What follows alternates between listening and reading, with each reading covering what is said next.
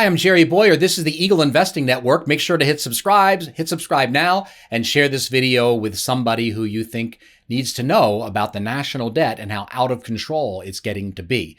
And don't take my word for it. Let's look at the data. This is from the new Congressional Budget Office report recently. They did a report on the outlook for the budget and also an outlook for the economy. This is from the outlook of the budget portion. And as we see, this goes way back to 1900.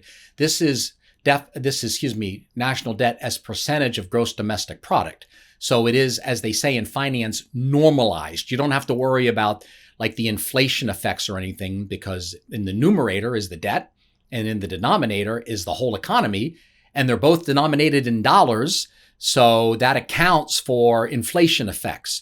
If that's too technical, you can just skip over that. But just understand that a lot of times when you're looking at data over a long period of time, you have to account for the fact that the dollar is worth a lot less than it was then. And so that unit has to be fixed, adjusted for inflation. But when you look at something that's in dollar units and compare that as a ratio, something divided by another thing. That's what a ratio is. This is third grade math, maybe. Don't sweat it. And they're both in dollar units. That problem disappears. So we're comparing the size in dollars of the national debt to the size in dollars of the annual economic output. And we can see that it was very, very little back in the days before, say, the growth of the welfare state. By the way, the income tax was passed around here, supposed to solve the deficit and debt problem. You know, we're going to get more income. The millionaires are going to pay their fair share. Did it? No, not really. Okay, so World War II, this one seems worth it. We defeated the Nazis. That's money well spent. And then everyone came back to work and we started paying it down, and that's great. Here we have what's called the Reagan deficits. There was a lot of hand wringing, but look, it was only about 40 or 50% of GDP. That's pretty handleable. Think of it as this: a family makes $100,000 a year and they have 40 to 50,000 in debt, and they're growing. That's not a crisis situation. Of course, then we have the Great Recession. Things get a lot worse, and then we have COVID, and things get a lot worse. And in my opinion, and obviously in the opinion of the Congressional Budget Office, we never retrace that. When we stop doing the stimulus payments, it comes down a little, but it's like a ratcheting effect. That level of debt stays. It doesn't get paid down. And then there are the forecasts about where we're going.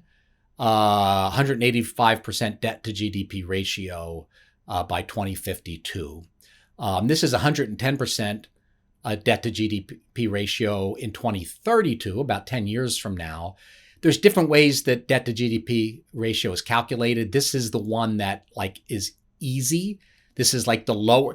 There are some ways to calculate it where the debt is higher, and there's some ways to calculate it where the debt is lower. This one is the lower one. So we're kind of being easy on ourselves here.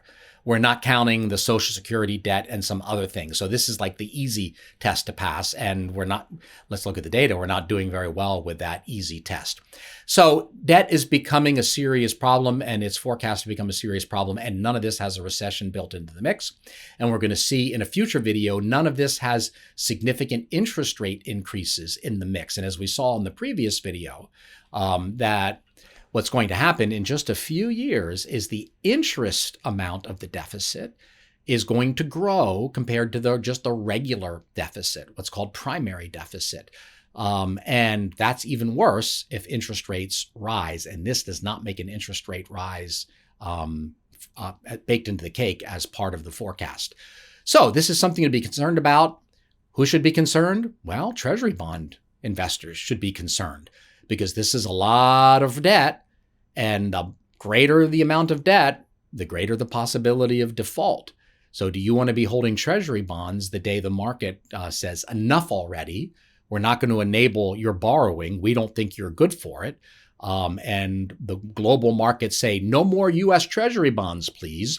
And you're left holding the bag. A lot of older people just automatically invest in Treasury bonds, or a lot of financial advisors, now the ones I know are smarter than this, just automatically load people into loads and loads and loads of Treasury bonds. Well, that's a concern as the risk of default increases. So more about this in the next video. I'm Jerry Bowyer. This is the Eagle Investing Network. Make sure to hit subscribe and share this with your friends. Thanks for watching.